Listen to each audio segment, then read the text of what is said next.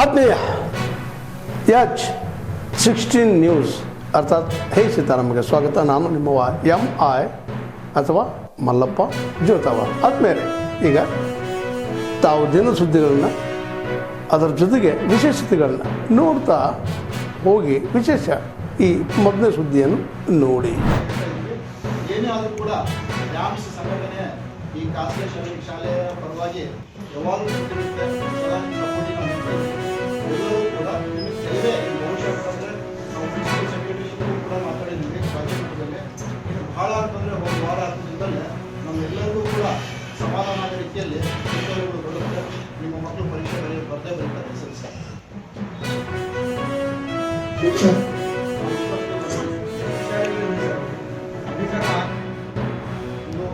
ಸುಮಾರು ದಾವಣಗೆರೆ ಜಿಲ್ಲೆಯಲ್ಲಿ 438 ಶಾಲೆಗಳು ಎಲ್ಲ ಆಗಿರ್ತಾರೆ. ಹೌದು, ಇದರಲ್ಲಿ ಏನಪ್ಪ ಅಂತಂದ್ರೆ ಈಗ ಅವ್ರು ಮಾಡಿರ್ತಕ್ಕಂತಹ ನಿಯಮಗಳನ್ನ ನಾವು ಏನು ಅಪ್ಲೋಡೇ ಮಾಡಕ್ಕೆ ಬರೋಲ್ಲ ಸಿಸ್ಟಮ್. ಆ ರೀತಿ ಇರೋ ಕಾರಣ ಬಹಳಷ್ಟು ಜನ ನಾವು ಮಾಡೋಕ್ಕೆ ಆಗಿಲ್ಲ.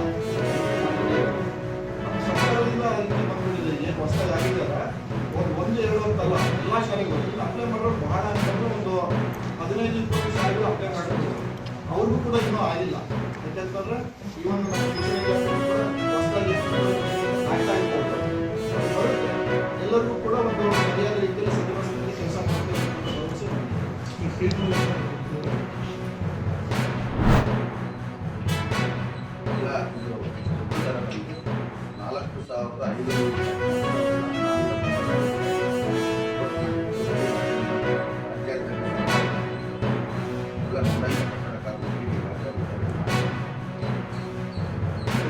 4,500 ರೇಟ್ ಬಂದು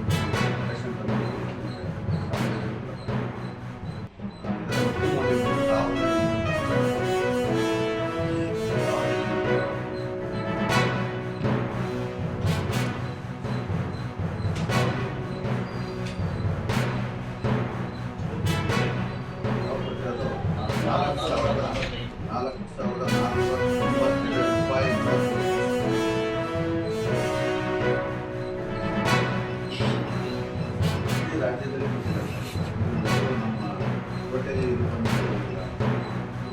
ಸುಮಾರು ಒಂದು 3 ಲಕ್ಷ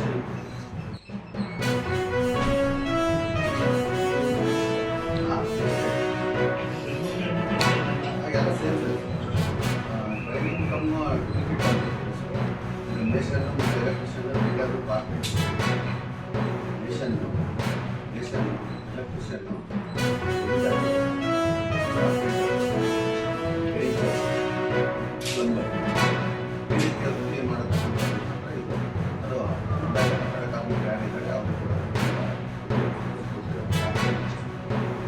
ಮೂಲ ಇದೆ.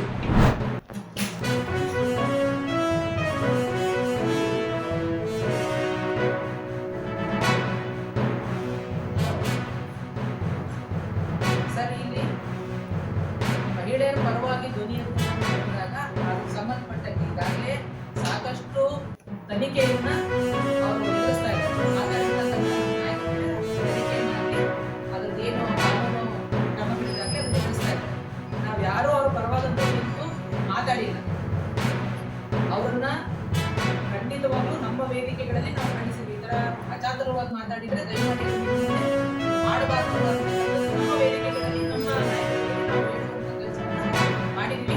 ಅದೇ ರೀತಿ ಮೊನ್ನೆ ಸದನದಲ್ಲೂ ಕೂಡ ಶ್ರೀಮತಿ ಭಾರತೀಯ ಶೆಟ್ಟಿ ಅವರು ಇದನ್ನ ಪ್ರಸ್ತಾಪ ಕೂಡ ಮಾಡಿದ್ದಾರೆ. ಆದ್ರೆ ಎಲ್ಲಾ ಘಟನೆಗಳು ನಡೀತಲ್ಲ, ಮೊನ್ನೆ ಶಾಸಕರು ಹೇಳಿದ್ರು, ಸಚಿವರು ಹೇಳಿದ್ರು, ತಪ್ಪಿತಸ್ಥರಿಗೆ ನಾವು ಸೂಕ್ತ ಕ್ರಮ ಕೈಗೊಳ್ಳೋಕೆ ಹೇಳಿದೀವಿ. ಯಾರು ತಪ್ಪಿತಸ್ಥರು? ಇನ್ನೂ ಅನುಮಾನ ಇದೆಯಾ ಯಾರು ತಪ್ಪಿತಸ್ಥರು ಅಂತ? ಈ ಪೊಲೀಸರು ಅವ್ರ ಮನೆಯಲ್ಲಿ ಅರೆಸ್ಟ್ ಮಾಡಕ್ ಹೋಗಿದ್ದು ತಪ್ಪಾಗಿಲ್ಲ ಅಥವಾ ಅವರು ಹಲ್ಲೆ ಮಾಡಿ ತಪ್ಪ? ಅದನ್ನ ಸ್ಪಷ್ಟವಾಗಿ ಖಂಡಿಸಿ ಹೇಳಬೇಕು ಅನ್ನೋ ಒಂದು ಸಾಮಾನ್ಯ ಹೇಳಿಕೆ ಕೂಡ ಕೊಡ್ತಾ ಇಲ್ವಲ್ಲ. ಇದು ಈ ಒಂದು ಘಟನೆ ನಡೆದಿರ್ತಕ್ಕಂಥದ್ದು ಮಹಿಳಾ ಅಧಿಕಾರಿ, ಯಾವುದೋ ಸಾಮಾನ್ಯ ಜನರ ಬಗ್ಗೆನೂ ನೀವು ಎಷ್ಟು ಕಾಳಜಿ ತೋರಿಸ್ತೀರಿ ಅನ್ನೋದು ಇದು ಒಂದು ಸಂದೇಶ ಕೊಡುತ್ತೆ ಸ್ವಾಮಿ. ಒಬ್ಬ ಜಿಲ್ಲಾ ಉಸ್ತುವಾರಿ ಸಚಿವ, ಖಂಡಿತ ನಿಮ್ಮ ಹೇಳಿಕೆಗೆ ನಾವು ಗೌರವಿಸ್ತೀವಿ. ಆದ್ರೆ ಈ ಘಟನೆ ನಡೆದಿರೋದನ್ನ ಖಂಡಿಸ್ಬೇಕಲ್ಲ. ಒಂದಾದ್ರೂ ಹೇಳಿಕೆ ಅವ್ರ ಪರವಾಗಿ ಸಂಸದರಾಗಿ ಶಾಸಕರಾಗಿ ಯಾಕೆ ಬಂದಿಲ್ಲ? ಇದನ್ನ ಖಂಡಿಸ್ತೀವಿ ನಾವು ಅಂತ ಹೇಳ್ಬೇಕಲ್ಲ ಅವರು.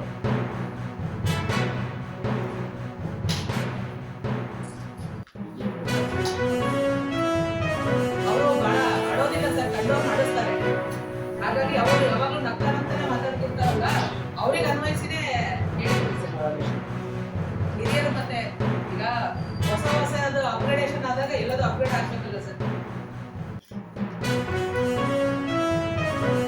ಸರ್ಕಾರಕ್ಕೆ ಯಾವುದೇ ರೀತಿಯ ಜನರ ಬಗ್ಗೆ ಬದ್ಧತೆ ಇಲ್ಲ, ಆಡಳಿತದ ಬಗ್ಗೆ ಬದ್ಧತೆ ಇಲ್ಲ. ಎಲ್ಲರೂ ಸತ್ತು ಸರ್ಟಿಫಿಕೇಟ್ದಿಂದ ಹಿಡ್ಕೊಂಡು ಹುಟ್ಟಿದ ಸರ್ಟಿಫಿಕೇಟ್ ತನಕ ಎಲ್ಲದರದ ರೇಟನ್ನು ಏರಿಸಿದ್ದಾರೆ. ಎಲೆಕ್ಟ್ರಿಸಿಟಿ ರೇಟನ್ನು ಏರಿಸಿದ್ದಾರೆ, ನೀರಿನ ದರ ಏರಿಸಿದ್ದಾರೆ, ಮನೆಗಳ ಟ್ಯಾಕ್ಸಸನ್ನು ಏರಿಸಿದ್ದಾರೆ, ಉತ್ತಾರದ ರೇಟ್ ಏರಿಸಿದ್ದಾರೆ. ಪ್ರತಿಯೊಂದು ರೇಟನ್ನು ಕೂಡ ಈ ಸರ್ಕಾರ ಹಾಲಿನ ದರ ಏರಿಸುತ್ತೆ, ಸರಾಯಿ ದರ ಏರಿಸುತ್ತೆ.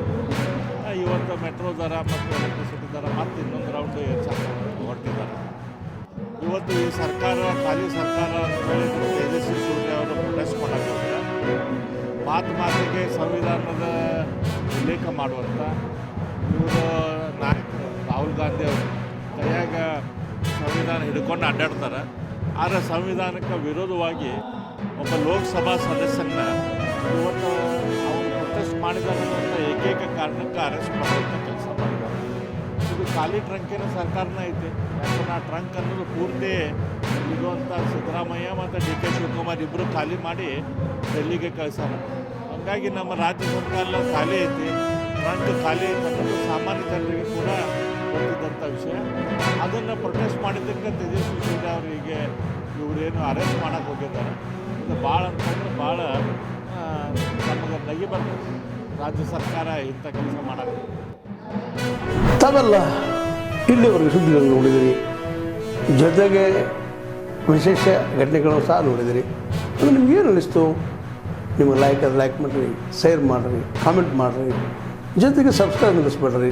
H16 ನ್ಯೂಸ್ ಅರ್ಥಾತ್ ಸಿದ್ದರಾಮಯ್ಯ ಸತ್ಯದ ಕೈಗನ್ನಡಿ ವಂದನೆಗಳು.